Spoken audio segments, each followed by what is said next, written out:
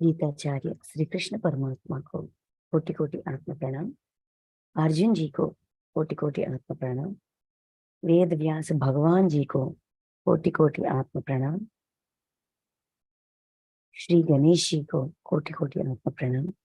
इस धरती पर गीता का उद्धार करने वाले सारे महात्माओं का कोटि कोटि आत्म प्रणाम और हृदय पूर्वक धन्यवाद।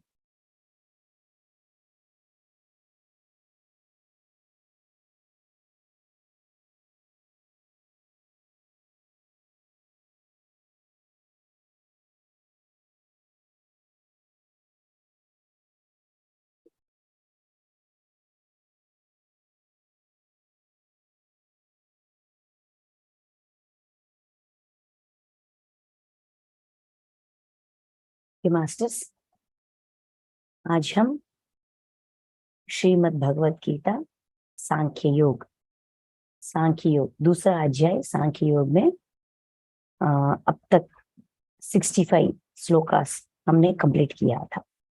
आज हम 66 से लेकर 72 तक ये सारे 7 श्लोकों के बारे में जो ज्ञान यहाँ बताया गया है उसके बारे में विश्लेषण अध्ययन करने की प्रयास करेंगे और ये ज्ञान अपनी जिंदगी में कैसे इस्तेमाल करें, क्यों इस्तेमाल करें, इसका क्या आवश्यकता है, समझने की प्रयास करें। ठीक है, तो चलिए शुरू करते हैं। अब तक हमको स्थित प्रज्ञ की लक्षण के बारे में बताया गया था। 53 उस श्लोक में अर्जुन जी का प्रश्न, 4 प्रश्न होते हैं। स्थित प्रज्ञ का लक्षण क्या है, वो कैसे बात करता है, वो कैसे बैठता है, कैसे चलता है, ऐसा प्रश्न था। 4 प्रश्न।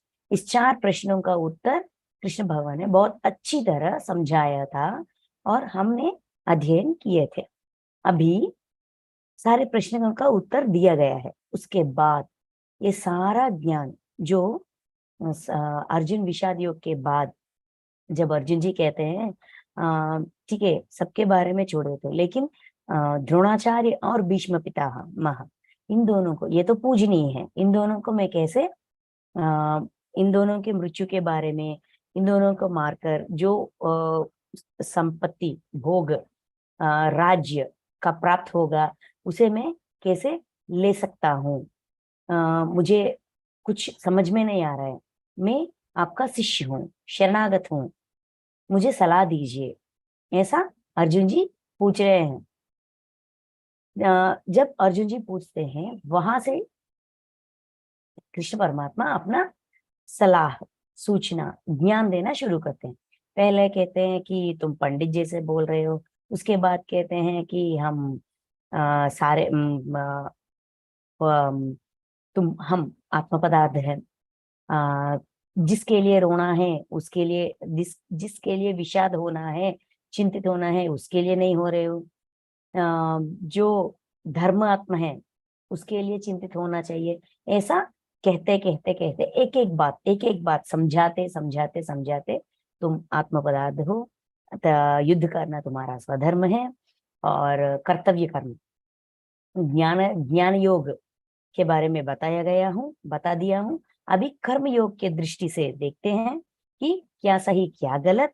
ये सब कहते कहते उसके बाद अर्जुन जी पूछते हैं स्थित प्रज्ञ का लक्षण, वो उसका बोलना कैसे बोलता है, कैसे बैठता है, कैसे चलता है, ऐसा प्रश्न पूछते हैं। तो उसके बारे में हमको सारा ज्ञान दिया गया है। अभी क्या बता रहे हैं, ये पूरा ज्ञान का कंप्लीटिंग, उसे एंड कर रहे हैं। जब हम किसी को कुछ कहानी सुनाते हैं, उसके पूरा कहानी होने के बाद उसका मॉरल एंडिंग एंडिंग ऐसे क्लोज करते हैं ताकि वो सारा ज्ञान एक बार दोहराया जाए और इनको सब जो कथा है या जो कुछ भी है वो भूल ना जाए और दूसरी बार रिपीट करने से सब कुछ अच्छी तरह याद रहे। वैसा इसको विषय सूचिका कहते हैं, तेलुगु में मुक्ताइंपु कहते हैं, मतलब क्लोजिंग सेरेमनी, जैसा प्रोग्राम का क्लोजिंग सेरेमनी और ज्ञान का क्लोजिंग सेरेमनी या स्टोरी का क्लोजिंग सेरेमनी, जो भी हो उसके बारे में अभी ये 7 श्लोक है ना, उसमें कहाया जा रहा है। ठीक है। 66, न जीते हुए न जीते हुए मन और इंद्रियों वाले पुरुष में, न जीते हुए मन और इंद्रियों वाले पुरुष में निश्चयात्मकता का बुद्धि नहीं होती।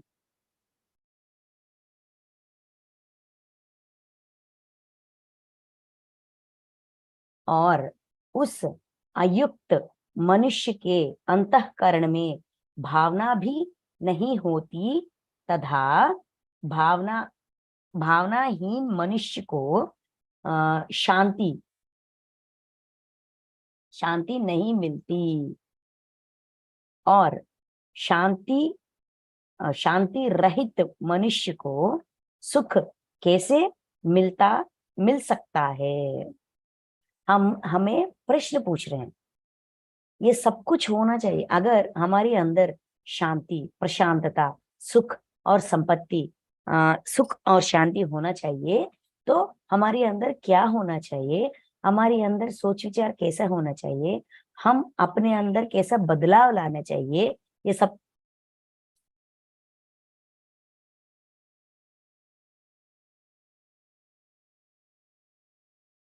इन सब के बारे में हमें बताया गया था। अभी क्या कह रहे हैं, अगर अपने मन की शांति, जीवन में शांति, सुख और सब कुछ, जैसा भी स्थिति जैसा भी हो, सब कुछ होना चाहिए, तो किसको प्राप्त होगा बताया गया था। किसको प्राप्त नहीं होगा, कौन प्राप्त नहीं कर सकते, उसके बारे में यहाँ कह रहे हैं इस श्लोक में 66। ठीक है। न जीते हुए मन और इंद्रियों वाले मनुष्य में, अगर हमें अपने इंद्री और अपने मन पर काबू नहीं हुए, काबू मतलब उसको दबाना नहीं, उसको समझाना, कल हमने बात किए थे ना, उसको समझाना। मन हमेशा हमें प्रश्न पूछती रहती है, हमसे विभेद करती रहती है, क्योंकि वो हमारी एग्जामिनर है। हमारा मन हमारा महासाक्षी है और हमारा एग्जामिनर भी है, परीक्षा लेने वाला है, लेने वाले टीचर जैसा।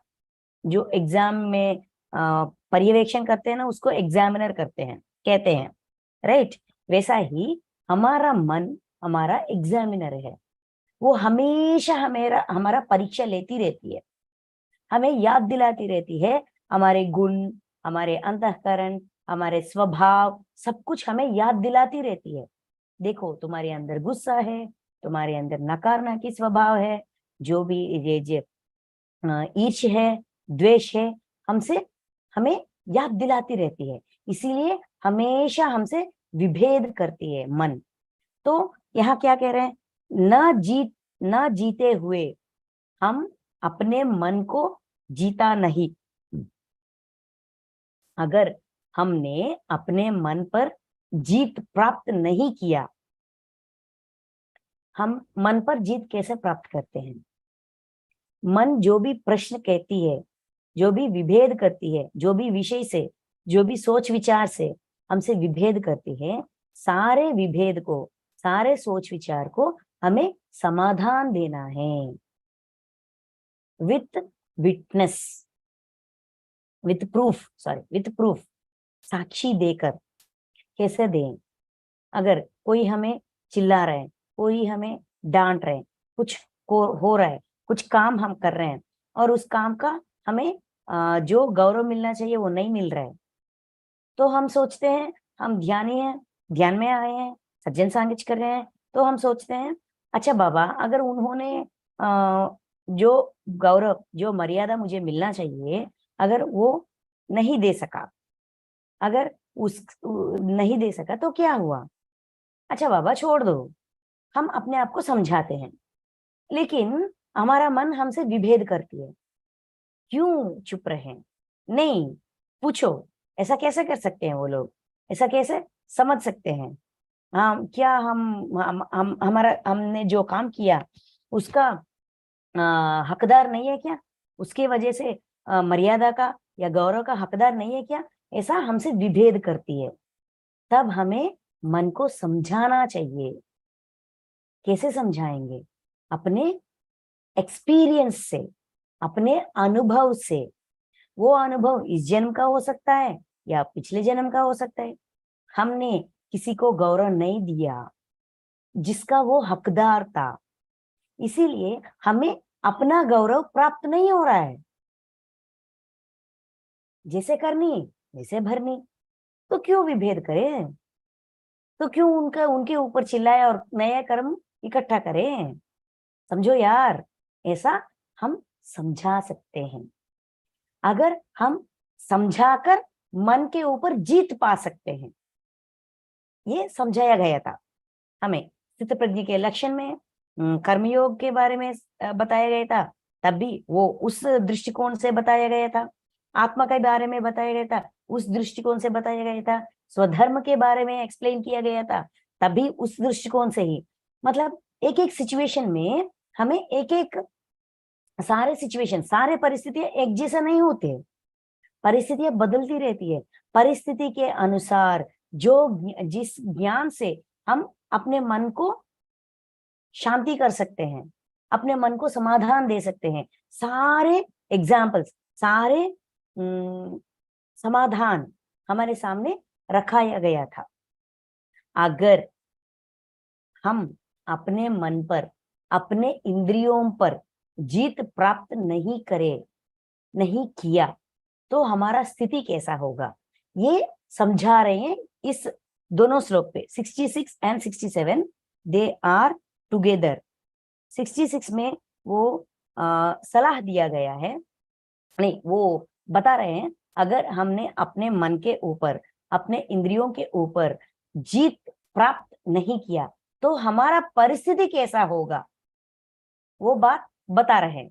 इसका एग्जाम्पल दे रहे हैं 67 पे, एक उपमान की तौर पे एग्जाम्पल दे रहे हैं। ठीक है, तो न जीते हुए मन और इंद्रियों वाले पुरुष निश्चयात्मक बुद्धि नहीं होती है। अगर अपने मन को जीत नहीं पाए तो हमारे अंदर अपनी बुद्धि निश्चयात्मक नहीं होती। जो निर्णय हमें लिया है उस पर वो अड़े नहीं रहेगी हमारी बुद्धि।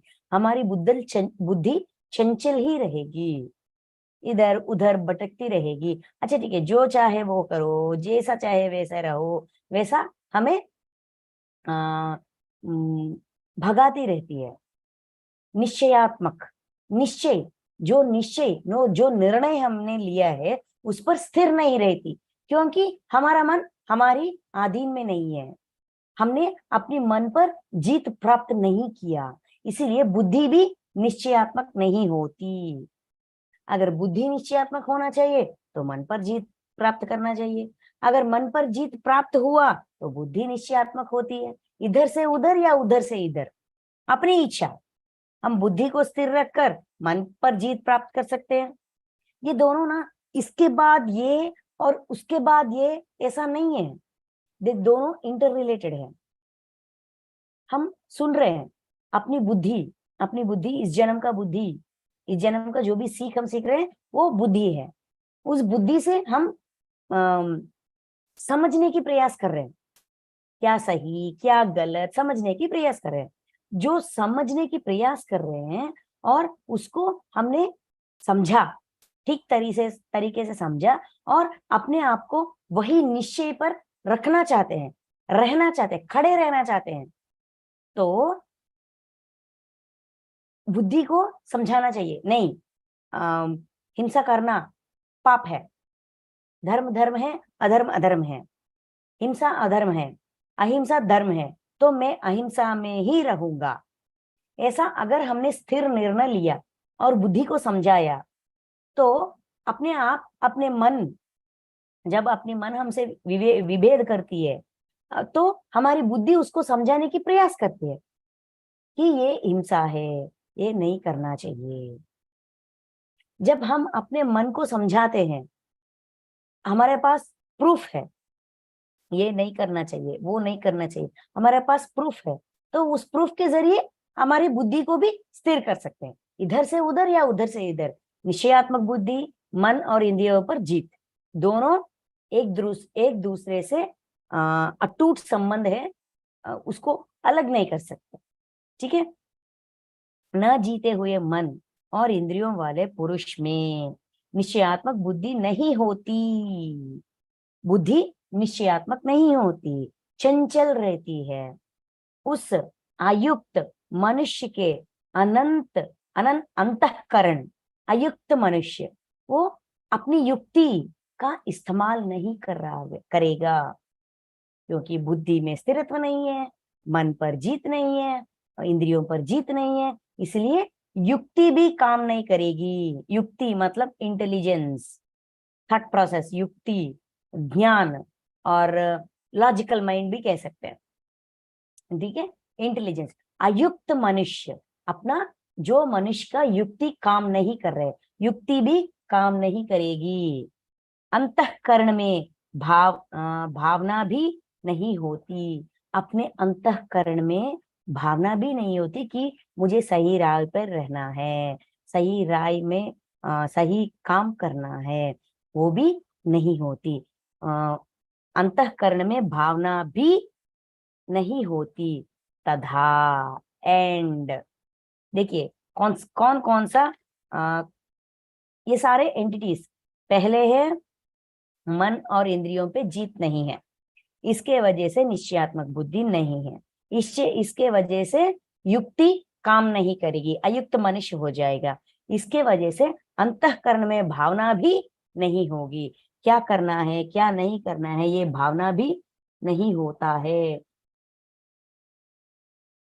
तथा, और भावनाहीन भावनाहीन मनुष्य को शांति नहीं मिलती, इस वजह से भावनाहीन मनुष्य को शांति नहीं मिलती। जो अपने अंदर की भावनाओं पर श्रद्धा नहीं रखता, अवेयरनेस में नहीं रहता, सोच विचार नहीं करता, मेरी भावना कैसा किधर से किधर चल रही है, किधर से किधर जा रही है, कैसे भावना उत्पन्न हो रही है मेरे अंतःकरण में, जो व्यक्ति उसका ऐसा है, वो कभी भी शांत नहीं रह सकता, सुख और शांत का प्राप्त नहीं होगी, शांति नहीं मिलती। और एक और रिजल्ट, शांति रहित, 6th पॉइंट, शांति रहित मनुष्य को सुख कैसे मिल सकता है। अगर हमारे अंदर शांति नहीं है, प्रशांतता, रिलैक्सेशन नहीं है, तो हमें सुख कैसे प्राप्त होगा? क्या कौन सा सुख प्राप्त होगा हमें?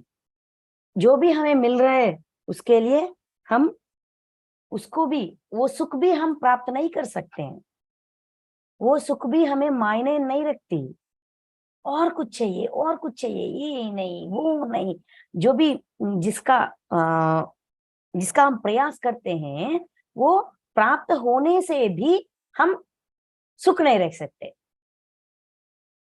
कर्म का फल सबको मिलती है, लेकिन जो फल मिलने पर हमें सुख और शांति मिल रही है कि नहीं मिल रही है, क्यों नहीं मिल रही है? ये 4 पॉइंट्स, मन और इंद्रियों पर जीत नहीं प्राप्त किया, इसलिए निश्चयात्मक बुद्धि नहीं है, बुद्धि निश्चयात्मक नहीं है, इसलिए अयुक्त अपनी युक्ति काम नहीं करेगी, इसलिए अंतःकरण में भावना भी नहीं होती, इसलिए शांति नहीं प्राप्त होती, शांति नहीं है इसलिए सुख नहीं प्राप्त होता।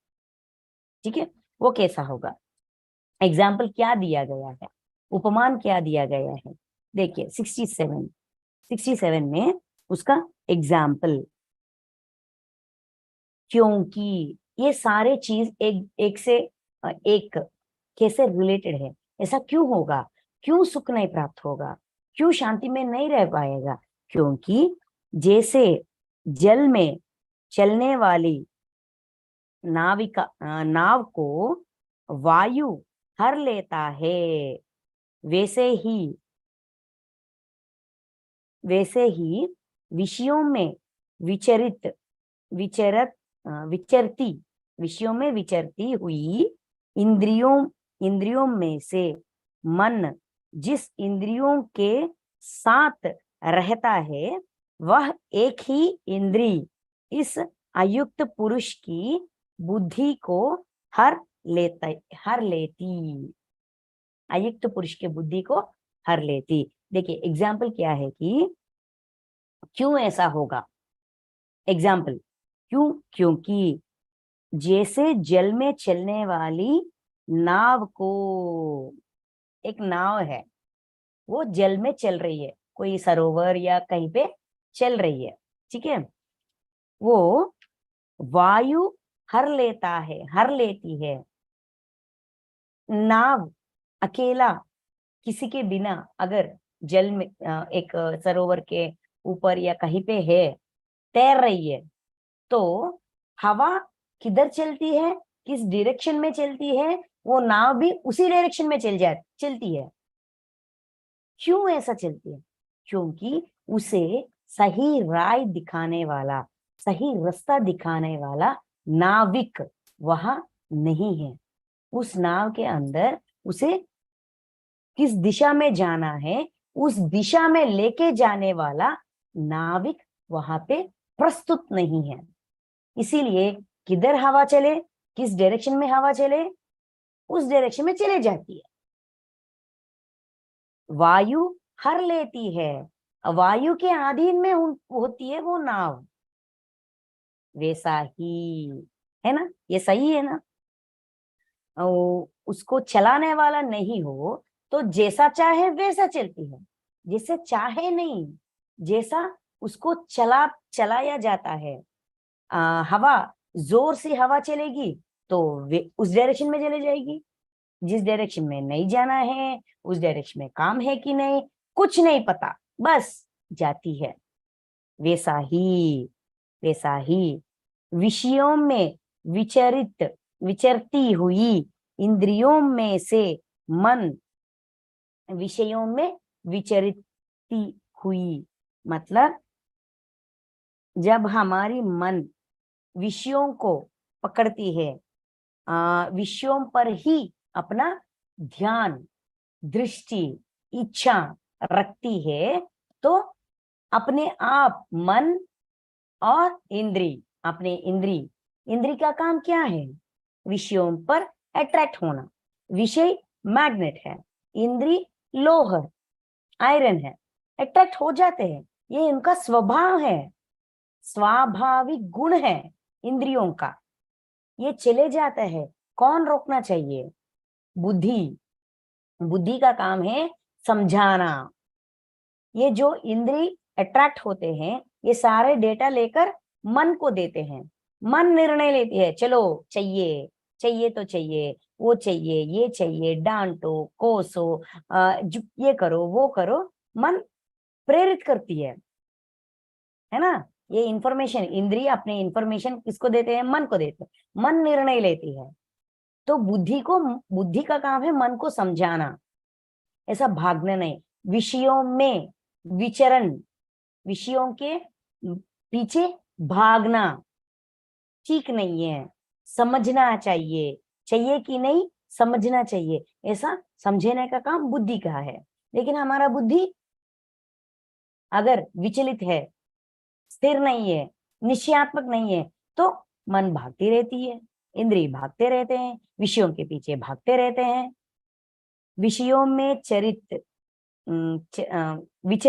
विचरती हुई इंद्रियों में से मन जिस इंद्री के साथ रहता है, वह एक ही इंद्री इस अयुक्त पुरुष की बुद्धि को हर लेती है।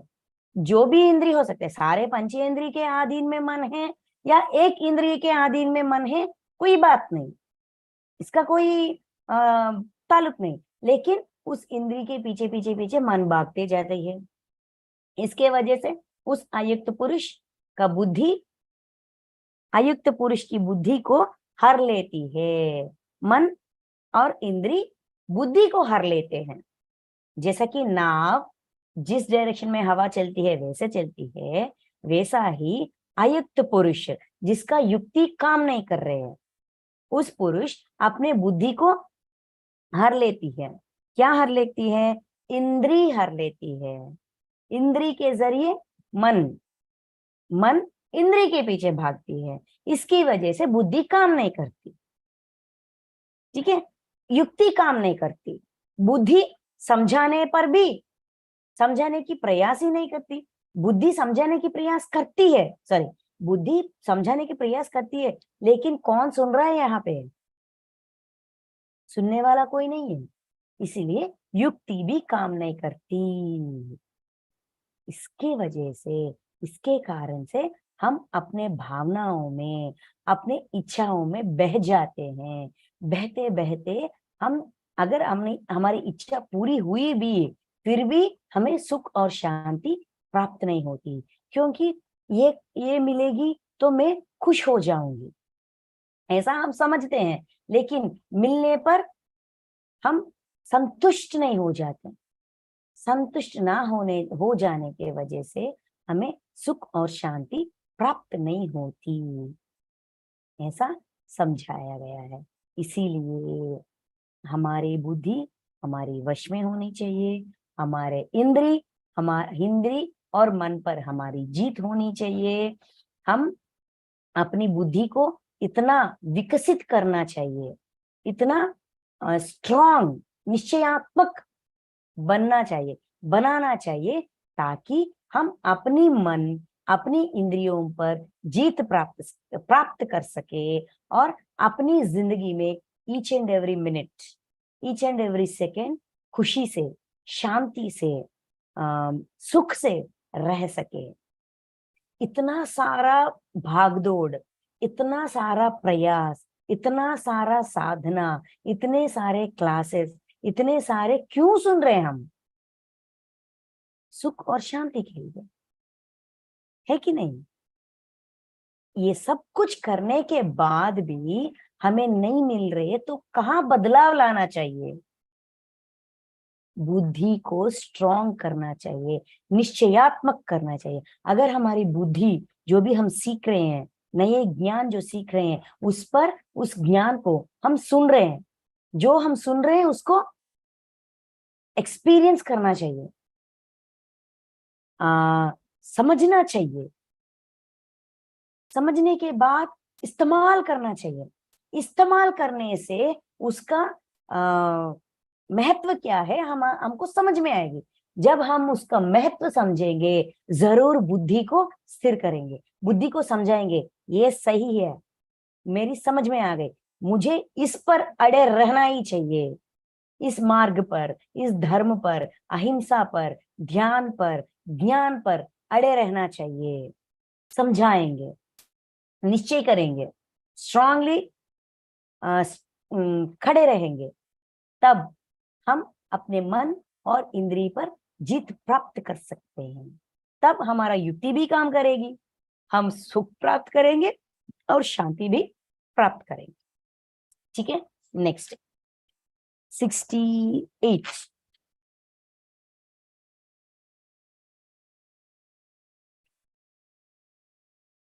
देखिए, इसलिए हे महाबाहो, इस कारण ही समझा रहा हूं कि महाबाहो मतलब अर्जुन, हे महाबाहो अर्जुन, जिस पुरुष की इंद्रियां इंद्रियों के विषयों से सब प्रकार निग्रह की हुई है, निग्रह की हुई है, उसकी बुद्धि स्थिर है। सारे ओर से अपने इंद्री का, एक्सक्यूज मी, सारे ओर से अपने इंद्री का, इंद्रियों के विषय से, इंद्रियों के विषय से इंद्री, विषय से इंद्री, सब प्रकार निग्रह की हुई है। सारे ओर से अपने आप पर निग्रह कर पा रहे हैं। इंद्रियों के विषय से इंद्री अपने आप को रोक पा रहे हैं, अपने आप पर काबू रख पा रहे हैं। तो सब प्रकार से, सारे ओर से, सारे दिशा से, मतलब मन से, तन से और इंद्रियों से मन विचलित हो जाती है ना, सारे ओर से, सारे सब प्रकार से निग्रह ही हुई है, उसकी बुद्धि स्थिर है। जब हम अपने मन, बुद्धि, इंद्री सबको विषयों के पीछे भागने से, विषयों के पीछे, सोच विचार के पीछे भागने से रोक सकते हैं, मन पर और इंद्रियों पर जीत प्राप्त कर सकते हैं, तो उसकी बुद्धि जरूर स्थिर रहेगी। एक बार और दोहरा रहे हैं, एक बार और समझा रहे हैं। बुद्धि का स्थिरत्व चाहिए तो मन और इंद्रियों को विषयों के पीछे भागने से रोको। मन और इंद्रियां विषयों के पीछे भागना रोक सकते हो तो बुद्धि निश्चय होगी, स्थिर रहेगी। ये बात समझा रहे हैं। इसका भी एग्जाम्पल दे रहे हैं, इसका भी उपमान दे रहे हैं 69 में। देखिए, संपूर्ण प्राणियों के लिए जो रात्रि के समान है, संपूर्ण प्राणियों के लिए जो रात्रि के समान उस नित्य ज्ञान स्वरूप परमानंद की प्राप्ति में स्थित प्रज्ञ योगी जागता है,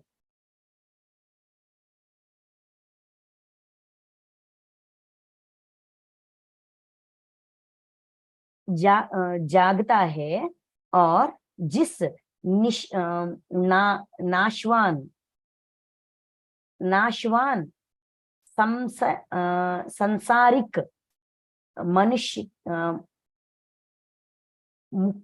मुख की प्राप्ति, सुख की प्राप्ति, नाशवान संसारिक सुख की प्राप्ति में सब प्राणी जागते हैं, परमात्मा के तत्व को जानने वाले मुनि के लिए वह रात्रि के समान है। ये डिफरेंस हमको बता रहे हैं।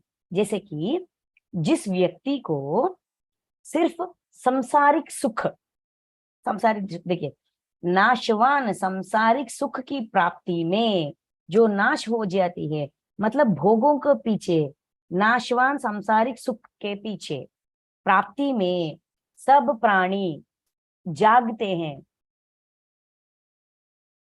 देखिए, जिसको सिर्फ संसार सुख ही, भोगों को ही, भोगों पर ही इच्छा है, चाह है, लगाव है, उस व्यक्ति, एक तरफ जो योगी है,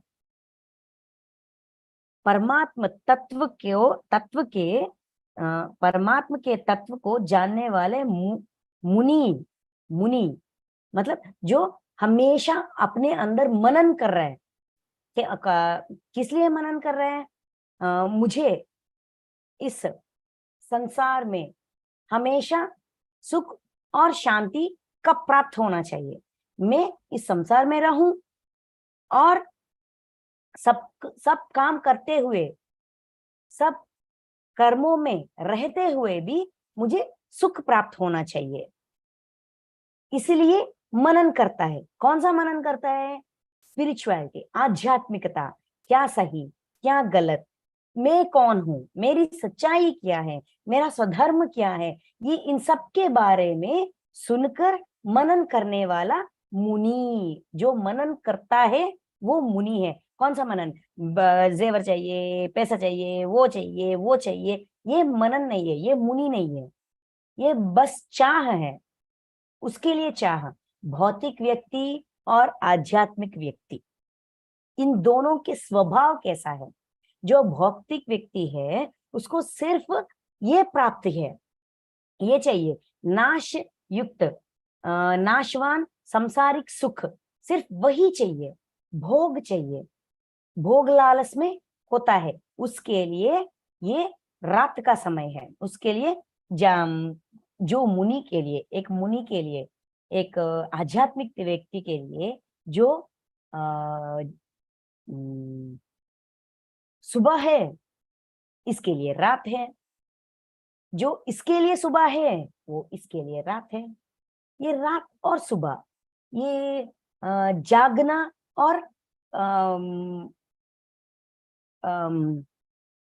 क्या कहते हैं, टू स्टे अवेक, जागना और सोना और जागना, ठीक है। जागे रहना और सोना, ये ये ये वर्ड्स क्यों यूज कर रहे हैं यहाँ पे, इन शब्दों का प्रयोग क्यों किया गया है? सोना मतलब अपने अवेयरनेस को खो जाना, जागना मतलब अपने अवेयरनेस को रखना, खुला रखना। मतलब जो व्यक्ति सिर्फ भौतिक सुख ही चाहिए, उसका पूरा अवेयरनेस उस पर ही होती है।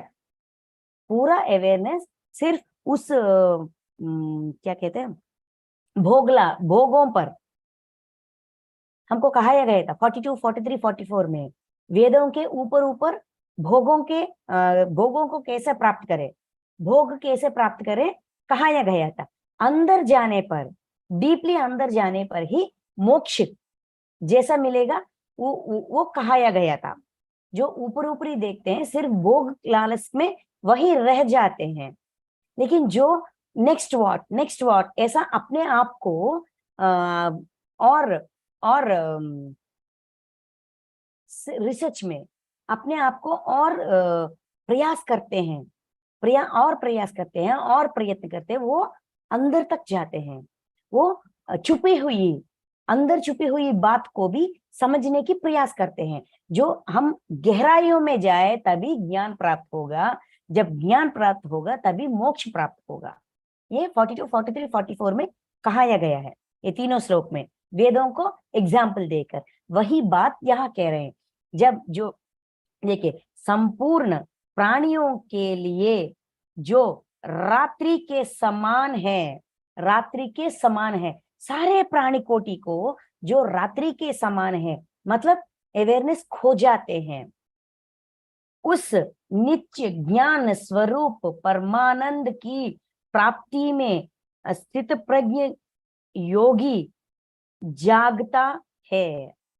स्थित प्रज्ञ योगी, जो योगी स्थित प्रज्ञ है, अपने सारे स्थितियों पर अपना प्रज्ञता, अपने नॉलेज, अपने ज्ञान का इस्तेमाल करते हैं सारे स्थितियों में। Each and every minute awareness. योगी को रात का समय ही नहीं है, सारा 24/7 इस्तेमाल करता है अपना ज्ञान प्राप्ति के लिए, परमात्मा प्राप्ति के लिए। योगी के दृष्टि में रात मतलब कोई शब्द ही नहीं है। सारे प्राणी कोटि के लिए जो रात है, वो योगी के लिए जागता है, सुबह है, ठीक है। मतलब अवेयरनेस, हमेशा अवेयरनेस में रहता है। ये सोना और जगना नहीं है, उसके बारे में नहीं कह रहे, ये बहुत गहराइयों में कह रहे हैं कि अवेयरनेस। देखिए, हम ध्यान करते सो रहे हैं, अपनी रात के नींद को भी इस्तेमाल कर रहे हैं अपने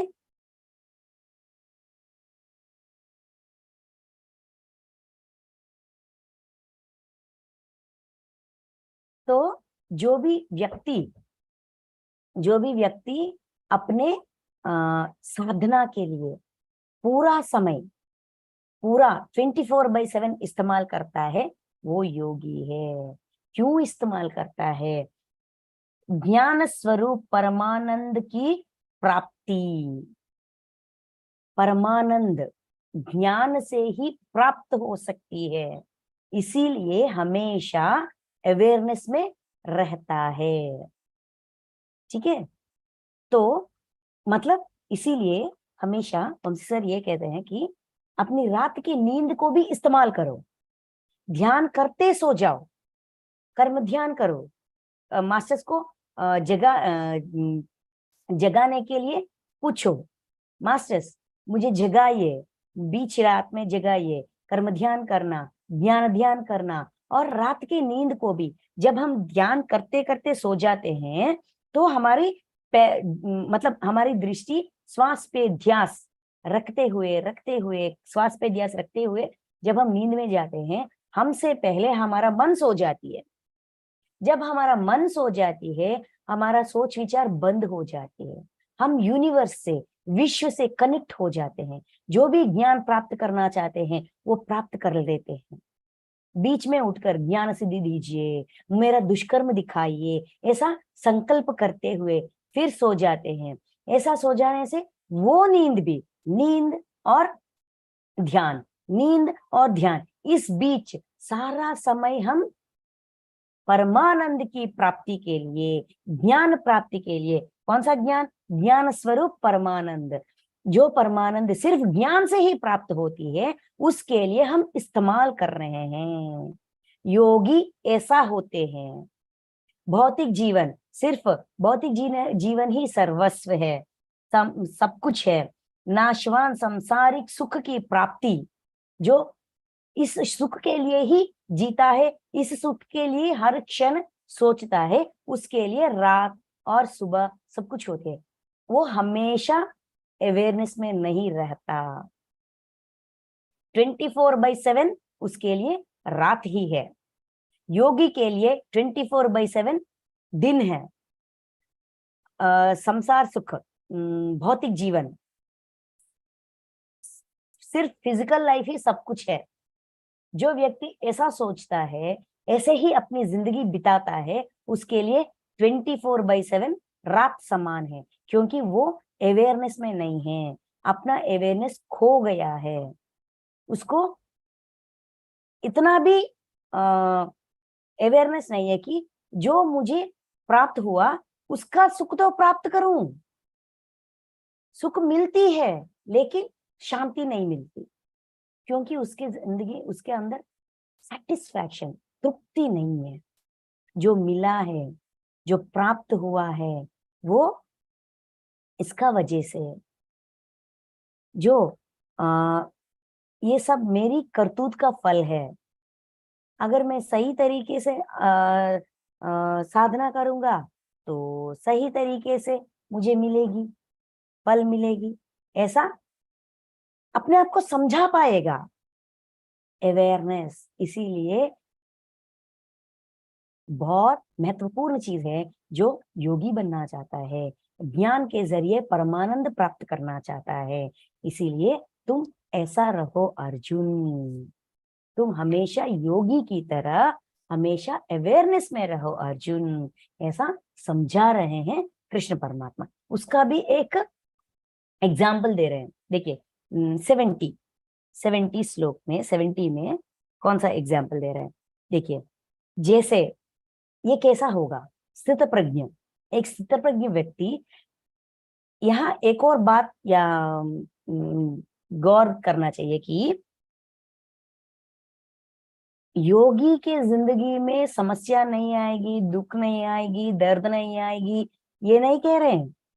जो भी अपने जिंदगी में, जो भी स्थिति अपने जिंदगी में आएगा, उस स्थिति को समझने की प्रयास करेगा, हमेशा अवेयरनेस में रहते हुए, परमात्मा के स्थिति में रहते हुए, हमेशा अंदर जीरो बाहर जीरो रहते हुए, अपनी 7th बॉडी के जरिए परमात्मा से कनेक्ट होते हैं, यूनिवर्स से कनेक्ट होते हैं। सारे सृष्टि में ये सारे जो मेरे आसपास है, मुझे डांटने वाले, मुझे कोसने वाले, मुझे दर्द देने वाले, मुझे प्यार करने वाले, मुझे स्नेह देने वाले, ये सब कुछ, ये सारे लोग परमात्मा का ही रूप है, स्वरूप है। इनके इनके जरिए से भी मुझे ज्ञान प्राप्त होती है, हो सकती है, संभावना है। परमात्मा मतलब कोई ड्रेस पहनकर या कुछ फ्लूट या कुछ पहनकर हमारे सामने आए और खड़े रहे और हमें समझाए, ऐसा नहीं है। अगर वो लोग ऐसा आएंगे भी, कौन से ड्रामा कंपनी से आप आए हो, कहाँ के हो, ऐसा हम पूछते हैं कि नहीं? इसीलिए वैसे नहीं आते। अगर हमारी दृष्टि में सारे सृष्टि परमात्मा का ही रूप है, ये बदलाव ला सकते हैं, तो सबके जरिए से, आपके जरिए से, मेरे जरिए से, मेरे काम करने वाले बाई के जरिए से, मेरे छोटे बच्चे के जरिए से भी ज्ञान का प्रवाह होती है। ज्ञान इसी को दिया जाए, उसी को दिया जाए, इसको ना दिया जाए, ऐसा कोई रूल ही नहीं है। विश्व नियमों में यह कहा गया है कि ज्ञान उपलब्ध है, सबको ज्ञान का जानकारी दिया गया है। डोलारिस कैनन अपने कॉन्वोल्यूटेड यूनिवर्स उस बुक में वो कहती है कि वो पास्ट लाइफ रिग्रेशन करके ज्ञान प्राप्त करते हैं। कहा गया था, मास्टर्स उनसे कहा था कि ज्ञान हम अपने पास नहीं रखते हैं, यूनिवर्स में फैला जाता है। यूनिवर्स से कण कण में ज्ञान है। जो ले पा रहे हैं वो ले रहे हैं, जो नहीं ले पा रहे हैं वो नहीं ले रहे हैं। जो अवेयरनेस में है, जिसको ये अवेयरनेस है, ये एरुका है कि मुझे सारे ओर से, सारे दिशाओं से, 360 डिग्री से, सारे व्यक्तियों से, सारे प्राणियों से ज्ञान प्राप्त होगी, मिलेगी। जिसको ये अवेयरनेस है वो ले रहे हैं। जो ये समझ रहा है कि सिर्फ इस व्यक्ति से ही मुझे मिलेगा, जो ये व्यक्ति कहेगा वही ज्ञान है और कोई कहेगा वो ज्ञान नहीं है, ऐसा अपने आप को रिस्ट्रिक्ट करके, अपने आप को ऐसा सोच विचार से बाउंडेड, बंद कर दिया, उसको वही जरिए से मिलती है, उसको भी मिलती है, लेकिन एक ही रास्ता है। लेकिन योगी ऐसा नहीं सोचता। योगी, मुझे ज्ञान पूरे विश्व से मिल रही है, पूरे विश्व से मिल रही है, मैं लेने के लिए सिद्ध, मुझे हमेशा लेने के लिए सिद्ध रहना है। इसीलिए अंदर 0 बाहर 0, सोच विचार, आसक्ति, सब कुछ समझकर, समझाकर 0 कर लेता है।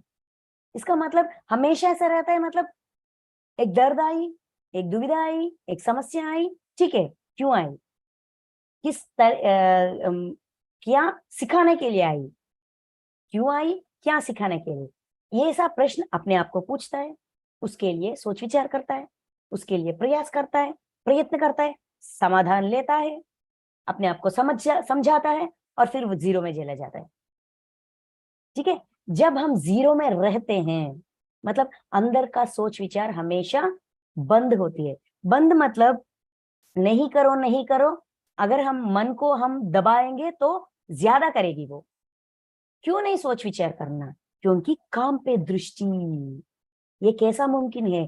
जो काम हम कर रहे हैं उसी पर, उसी काम पर पूरी श्रद्धा, 100%, give your 100% whatever you are doing.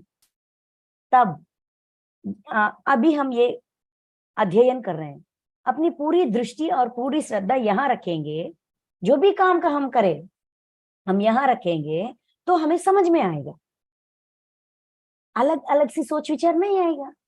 मतलब हम 0 में हैं। जो ज्ञान इस माध्यम से, जूम की माध्यम से प्राप्त हो रही है, ले लेंगे तो ज्ञान का प्रवाह हो रही है, अंदर भी जा रही है, क्योंकि अंदर का कोई सोच विचार, मन का दरवाजा बंद नहीं किया। मन सोच विचार में होगी तो ज्ञान का प्रवाह का दरवाजा बंद हो जाती है। इसीलिए मन को भी समझाइए कि ये जो काम मैं कर रही हूं, कर्तव्य कर्म जो मैं कर रही हूं, उस पर ही मेरा दृष्टि होना चाहिए। ऐसा रहेंगे तो सब कुछ समझ पाएंगे, सब कुछ प्राप्त कर सकते हैं। ये है योगी की स्थिति। योगी ऐसा है, होता है। योगत्व मतलब ये है, doing, giving our 100%, whatever we are doing, putting our 100%, बुद्धि, मन, सोच विचार, शरीर, सब वही काम पे। वही काम पे, उस 15 मिनट, 10 मिनट, 20 मिनट वही काम पे, कहीं और नहीं। ठीक है, ऐसा करने से अपनी काम में भी नैपुण्यता, क्रिएटिविटी डेवलप होती है। ये समझा रहे, उसका एग्जाम्पल दे रहे, देखिए 70, जैसे नाना नदियों के जल जब सब ओर से परिपूर्ण अचल अचल प्रतिष्ठा वाले समुद्र में उसके उसको विचलित न करते हुए ही समा जाते हैं। नाना नदियों के जल समा हो जाते हैं, वैसे ही सब भोग सब भोग जिस स्थित प्रज्ञ पुरुष में किसी प्रकार का विकार उत्पन्न किए बिना ही समा जाते हैं, वही पुरुष परम शांति को प्राप्त होता है, भोगों को चाहने वाला नहीं। जो भोगों को चाहता है उसको शांति नहीं मिलती। जो हमेशा स्थित प्रज्ञ, वही पुरुष परम शांति प्राप्त होता है, वही पुरुष को परम शांति प्राप्त होता है। जैसे देखिए एग्जाम्पल देखिए, समंदर है, समंदर सबको पता है, ओशन, समंदर सबको पता है। वर्षा काल, रेनी सीजन में सारे नदियों में पानी आ जाती है, भर भर के पानी आ जाती है। ये नदियां ऐसा जंप करते उछल कूद करके ये सारा पानी, इतना भर के नदी है, ये सारा पानी समंदर में डाल देते हैं, सारे नदियां, है ना। वर्षा काल में कैसा होता है, रेनी सीजन में नदी बहती है उछल कूद करके, ऐसा जंप करते करते समंदर में समा जाती है। समंदर वर्षा काल से पहले ये पानी उसके अंदर ना आने से पहले जैसा होती है, इतना पानी आने के बाद भी वैसा ही होती है। 1 इंच बढ़ती नहीं है, 1 इंच घटती नहीं है। जैसा कि ये नदियों का पानी को समंदर अपने आप में समा जाती है, स्थिर रहती है। देखिए से अचल प्रतिष्ठ वाले, अचल प्रतिष्ठा, अचल प्रतिष्ठा, अचंचल है। ये इतना पानी आ रहा है, इतना पानी आ रहा है, ये ऐसा खुशी नहीं मनाती। समर में पानी ही नहीं आ रहा है, मेरा पानी कम हो रही है, ऐसा बाधा में भी नहीं जाती, है ना। समंदर कभी ऐसा होती है, जब पानी आता है वैसा ही वेव्स होते हैं, पानी नहीं आती समर में भी वैसा ही वेव्स होती है, वैसा ही लेवल होती है, लेवल में कोई डिफरेंस नहीं होती। अपनी कैरेटों में वेव्स में भी कोई डिफरेंस नहीं आती, अपनी स्थिति में भी कोई डिफरेंस नहीं होती। अचल प्रतिष्ठा वाले समुद्र में उसके विचलित ना करते हुए, विचलित टेंशन नहीं, तरह तरह की सोच विचार नहीं, विचलित नहीं होती, डिस्टर्ब नहीं होती, डिस्ट्रैक्ट नहीं होती, बस समा लेती है, समान हो जाती है, उस पानी को समा लेती है और समान हो जाती है, बैलेंस। जिस तरह से भी पानी आए लेती है, वैसा ही स्थिर बुद्धि वाला स्थित प्रज्ञ जिस तरह से भी ज्ञान आती है, सबको सारा ज्ञान को अपने अंदर समा लेता है, समझता है, समा लेता है, उस प्रति रिएक्ट करता है।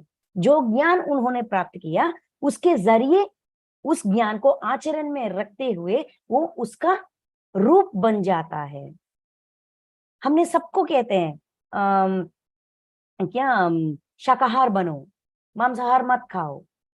कुछ लोग समा लेते हैं, उस ज्ञान को सुनते हैं, सोचते हैं, विचार करते हैं, और उस ज्ञान का रूप बन जाते हैं, है ना।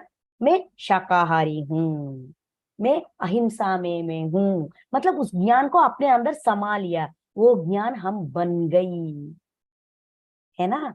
वैसा ही वैसा ही सब भोग जिस स्थितप्रज्ञ पुरुष में किसी प्रकार का विकार उत्पन्न किए बिना ही समा जाते हैं। कितने भी भोग आए, कितना भी ज्ञान प्राप्त करे, कितने भी खुशी प्राप्त करे, कितना भी भोग आए, भोग आने पर हम विचलित हो जाते हैं। जब हम भोग प्राप्त करते हैं, जितना भी साधक हो, जितने भी स्टेज में हो, low level, 5 level, mastery level, this level, that level, जो सा भी लेवल हो, भोग प्राप्त करने से विचलित होना स्वाभाविक है। जब हम विचलित होते हैं, अपने आप को समझाना चाहिए कि ये मेरा साधना का फल है, यूनिवर्स मुझे दिया है, ठीक है, उसका खुशी मैं प्राप्त करूंगा, अपनाऊंगा उस क्षण के लिए। जिस फॉर एग्जाम्पल, किसी ने हमको बहुत अच्छी बात कही, अपना कितने अच्छे पढ़ाते हो, कितना अच्छी तरह से समझाते हो, कितना प्यार से समझाते हो, सबको ऐसा ही समझ में आ जाती है, ऐसा हमेशा, ऐसा ही कमेंट्स मुझे बहुत ज्यादा मिलते हैं। आपने ठीक तरह से नहीं समझाया, ऐसा कमेंट मुझे अभी तक नहीं मिला, है ना। तो इस कमेंट मिलने से, हाँ मैं ग्रेट हूँ, मैं बहुत अच्छी तरह समझाती हूँ, ऐसा वो कमेंट मिलने पे बहुत खुशी मिलती है, आनंद मिलती है, सुख प्राप्त होती है, शांति प्राप्त होती है। This praising is an energy for that minute. उस क्षण के लिए वो शक्ति है।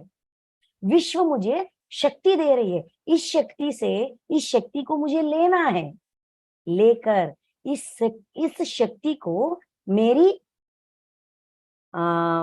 आत्मशक्ति बनाकर, उससे उस शक्ति को उस क्षण के लिए, वो मेरे लिए एनर्जी है, खुशी का एनर्जी, प्यार का एनर्जी जो सब लोग दे रहे हैं, उसको मुझे लेना चाहिए, खुशी खुशी लेना चाहिए। उसके बाद क्या करना चाहिए? इतने सारे लोग मुझे इतने अच्छे अच्छे कमेंट्स दे रहे, मतलब मेरी जिम्मेदारी बढ़ गई, मेरी जिम्मेदारी बढ़ रही है। तो मुझे और ध्यान से और श्रद्धा से पढ़ना चाहिए, प्रिपेयर होना चाहिए, और श्रद्धा से और गहराइयों से समझकर समझाना चाहिए, ये होनी चाहिए। अगर ऐसा मैं अपने ये जो कमेंट्स, हैप्पी खुशी करने वाले कमेंट्स आते हैं, उस कमेंट्स को मैं ज्ञान की तरफ, लर्निंग की तरफ मोड़ लूंगी, तो मैं अहंकार में, आध्यात्मिक अहंकार में नहीं जाऊंगी, वरना मैं भी आध्यात्मिक अहंकार में चले जाऊंगी। ये तो सिद्ध है, ये तो जरूर होगा, किसी के साथ भी होगा। इसीलिए कह रहे हैं, वो अपने अंदर समा लेता है, सारे खुशियों को, सारे सुख को, सारे भोग को अपने अंदर समा लेता है, मतलब एक्सेप्ट करता है, एनर्जी के तरह उसको एनर्जी के रूप में बदलता है, उसके बाद ज्ञान के रूप में मोड़ लेता है। इसीलिए वो हमेशा वही पुरुष परम शांति को प्राप्त होता है। ऐसा पुरुष हमेशा शांति में रहता है, परम शांति। भोगों के चाहने वाला, भोगों को चाहने वाला नहीं, जो सिर्फ उस भोग पर रह गया, उस खुशी पे, खुशी को ही अपनाते अपनाते, तैरते, समाते समाते, मैं ये हूं, मैं वो हूं, ये मेरा है, ये यही है, ये वो है, ऐसा वहां रह गया, नेक्स्ट स्टेज में नहीं गया, तो वो क्या होगा? गिर जाएगा, अपने स्थिति से गिर जाएगा, उसको सुख प्राप्त नहीं होगा, शांति प्राप्त नहीं होगा। क्योंकि और चाहिए, और चाहिए, और कमेंट्स चाहिए, और लोग कहना चाहिए, अरे यार इस क्लास में कोई कमेंट नहीं दिया, कोई ने मुझे प्रेज नहीं किया, ऐसा मैं उधर चले जाऊंगी। सिर्फ प्रेज के लिए, सिर्फ पॉजिटिव कमेंट्स के लिए ही मैं क्लास में सब्जेक्ट कहूंगी, वो सब्जेक्ट फीका फीका हो जाएगा, वो सब्जेक्ट में कोई ज्ञान नहीं होगा, वो कनेक्ट नहीं होगा, जरूर नहीं होगा, शांति नहीं मिलेगी, क्योंकि चाह बदल गई, चाह भोग के ऊपर बदल गई, मोड़ ली, इसीलिए शांति प्राप्त नहीं होगी। कितना सिंपल है। देखिए, ज्ञान, आध्यात्मिक ज्ञान इज वेरी वेरी सिंपल, सिर्फ हम उसे कॉम्प्लिकेट कर रहे हैं। हम अपने करतूतों से, अपने जो साधना हमें करना है, उस साधना में कहीं कहीं पे रुक कर, अपने आप को रोक कर, बस ये काफी है, मैं प्राप्त कर लिया, ऐसा समझकर हम कॉम्प्लिकेट कर रहे हैं। नहीं, साधना का फल मिलते ही हमें और साधना के लिए next what, next what, next what, अपने आप को अगर हम आगे बढ़ाने के लिए ही, बढ़ने के दिशा में ही अपनी दृष्टि रखेंगे, इससे, इस कमेंट से मुझे क्या सीखना है, इस क्लास से मुझे क्या सीखना है, इस व्यक्ति से क्या सीखना है, सारे ओर से 360 डिग्री से सिर्फ सीख। मैं इस धरती पर सीखने के लिए ही आया हूं। मेरी दृष्टि हमेशा हमेशा सीखने पर ही होना चाहिए। अगर हमारी बुद्धि में इस बात को स्थिरत्व से निश्चयात्मक रखेंगे तो जरूर हम अहंकार में नहीं जाएंगे। हमेशा सारे बातों को निंदा या स्तुति, प्रेजिंग और कमेंटिंग, और नेगेटिव को कमेंट्स और पॉजिटिव कमेंट्स, हम हमेशा हमारी दृष्टि लर्निंग पर ही मोड़ लेंगे। सीखना है, सीखना है, क्या सीखना है, कौन सा सीख मिल रही है, उस पर ही हमारा सोच विचार होगा और हम अपने आप को बचा पाएंगे। ठीक है। 71 एंड 72, जो पुरुष संपूर्ण कामनाओं को त्याग कर ममता रहित, अहंकार रहित और स्पृह रहित हुआ विचरता है, वही शांति को प्राप्त होता है, अर्थात वह शांति को प्राप्त है, शांति को प्राप्त है, शांति को प्राप्त होता है, मतलब वो शांति पाता है और शांति उसको प्राप्त करती है, उसके पास हमेशा रहती है। कौन सा पुरुष? ममता रहित, अहंकार रहित, स्पृह रहित। जो पुरुष संपूर्ण कामनाओं को त्याग कर, कामना को त्यागना मतलब अपने सारे इच्छाओं को बंद करना नहीं, उसको जैसे बंद करना है, जैसा पूरा करना है, स्थित प्रज्ञ के लक्षण में बताया गया था ना, 3 प्रोसेसेस, वैसा अपने कामनाओं को समझकर, सोचकर, समझकर कैसा पूर्ण करो, कोई रास्ता देखकर उस कामनाओं से पार कर। ठीक है। कामना हमेशा होती है, कामना ना हो ऐसा स्थिति किसी को भी नहीं। पत्रिजों को भी शाकाहार जगत, ध्यान जगत, पिरामिड जगत, ये कामना नहीं है क्या? वो कामना अपने लिए नहीं है, सबके लिए है। तो कामना होती है, वो किसके लिए है, क्यों है, क्या है, उस कामना के वजह से मैं आगे जा रही हूँ या नीचे गिर रही हूँ, इसका हमें हमेशा एहसास, अवेयरनेस होना चाहिए। हमारी कामना किधर जा रही है, उसे कैसा पूरा करें, वो अवेयरनेस में रहने वाला पुरुष मोह रहित, ममता रहित, ये मेरे वजह से हुआ है, मैं ग्रेट हूं, ऐसा ममता नहीं होती, अहंकार नहीं होती, अहंकार रहित होत नहीं होती, और स्पृह रहित, दिस इज मी, मैं, मेरी, ऐसा भावना नहीं होने के वजह से वो हमेशा शांति में रहता है और शांति उसको प्राप्त करती है। कूल एंड काम। जो भी बाहर का परिस्थितियां जितना भी कठिन हो, जितना भी दर्दनाक हो, वो अंदर से शांति में रहता है और इसके बारे में सोच विचार करते करते ये परिस्थिति मुझे क्या सिखा रहे हैं, उस पर उसका दृष्टि होगा। अरे बाबा, मेरे जिंदगी में ये दर्द आई, ये बाधा आई, ये समस्या है, ऐसा अपने आप को कोसता नहीं है, सिर्फ समझता है और उसका परिष्कार निकलता है, समस्या से बाहर आता है, फिर जीरो बन जाता है। ये स्थित प्रज्ञ का लक्षण है, ये मुमकिन है। ठीक है, नेक्स्ट आखिरी श्लोक 72। हे अर्जुन, फाइनल वर्डिक्ट। हे अर्जुन, यह ब्रह्म को प्राप्त पुरुष की स्थिति है। जिस पुरुष ने, यहाँ पुरुष मतलब जीवात्मा या आत्मा, जिस पुरुष ने, जिस आत्मा ने, जिस जीवात्मा ने ब्रह्म प्राप्त किया, मतलब यही है ब्रह्मांड का ज्ञान, यही है ब्रह्मांड का रीति रिवाज, यही है ब्रह्मांड का उसूल, यूनिवर्सल लॉस, यही है उस स्थिति। समझना, जैसा भी स्थिति हमारे आसपास हो, जैसा भी हमारा परिस्थिति हो, जीरो स्टेज में रहना, यही ब्रह्म स्थिति है। यह ब्रह्म को प्राप्त पुरुष की स्थिति है, जो समझता है ये पूरा ब्रह्मांड, ये पूरा विश्व मेरा है और मैं इस विश्व का हिस्सा हूं।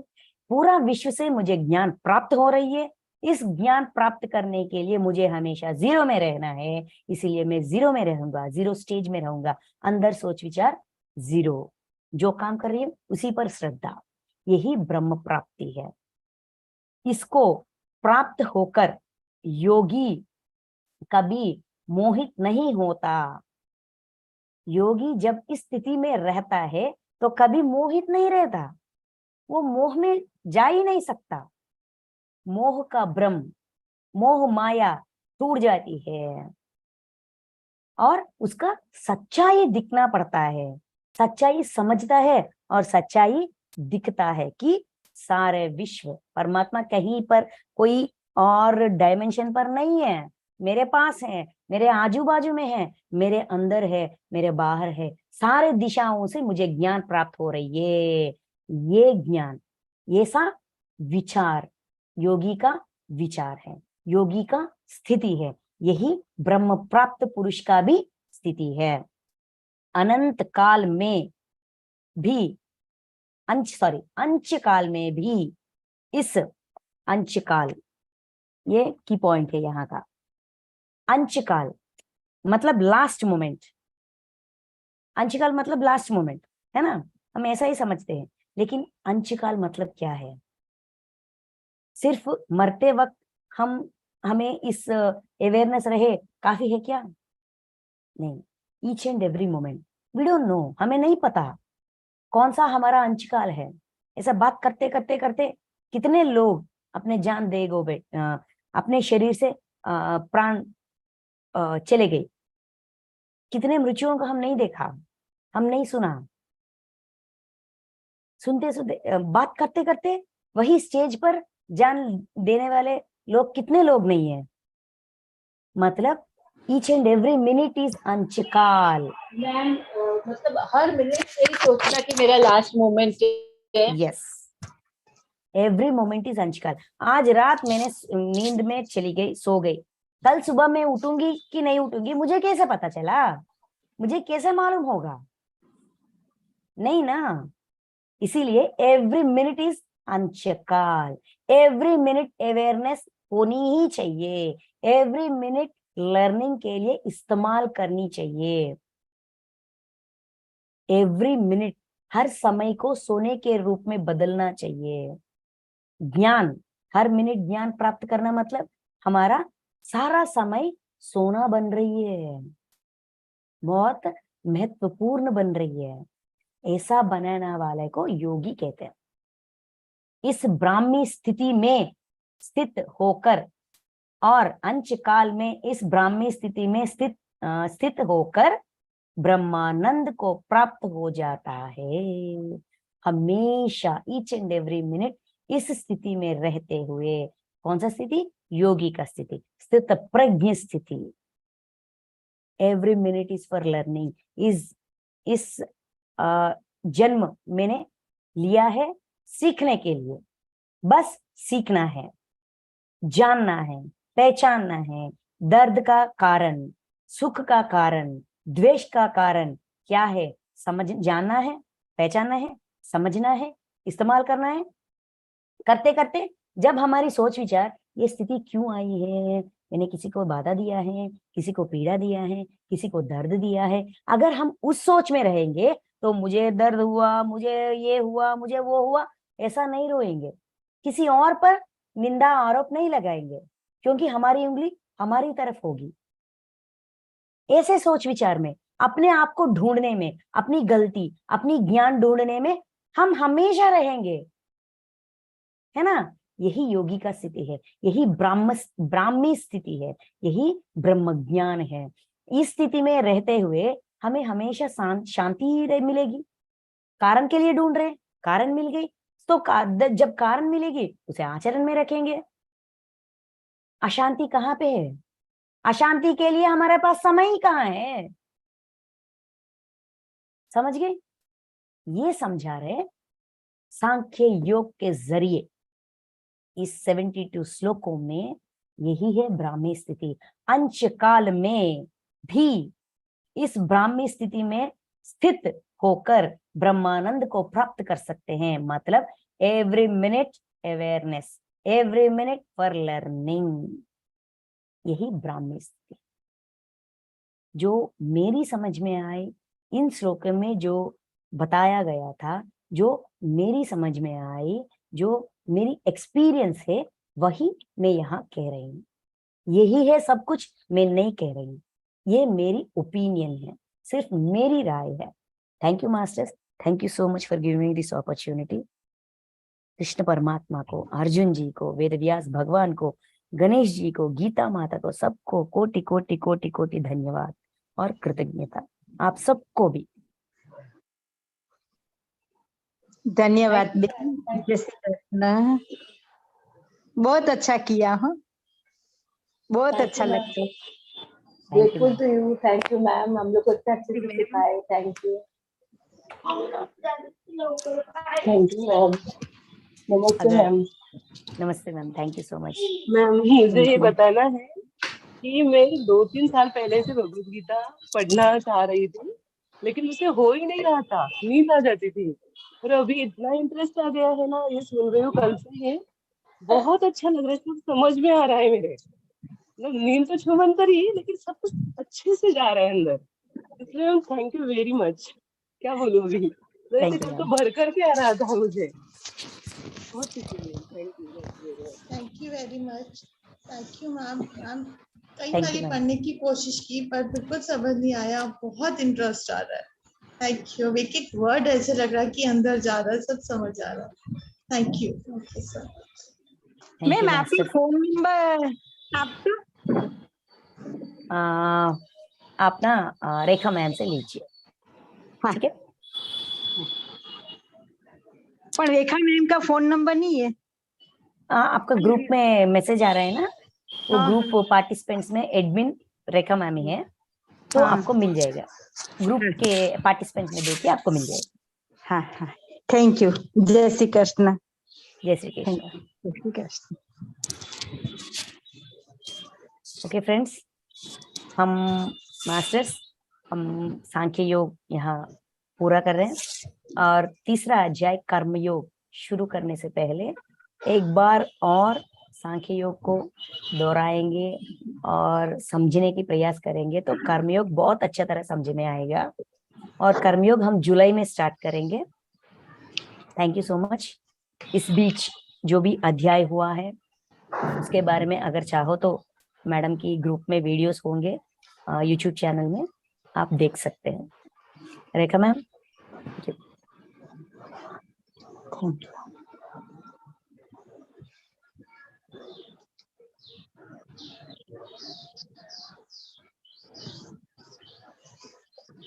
किसी का कोई डाउट्स है, कुछ पूछना है?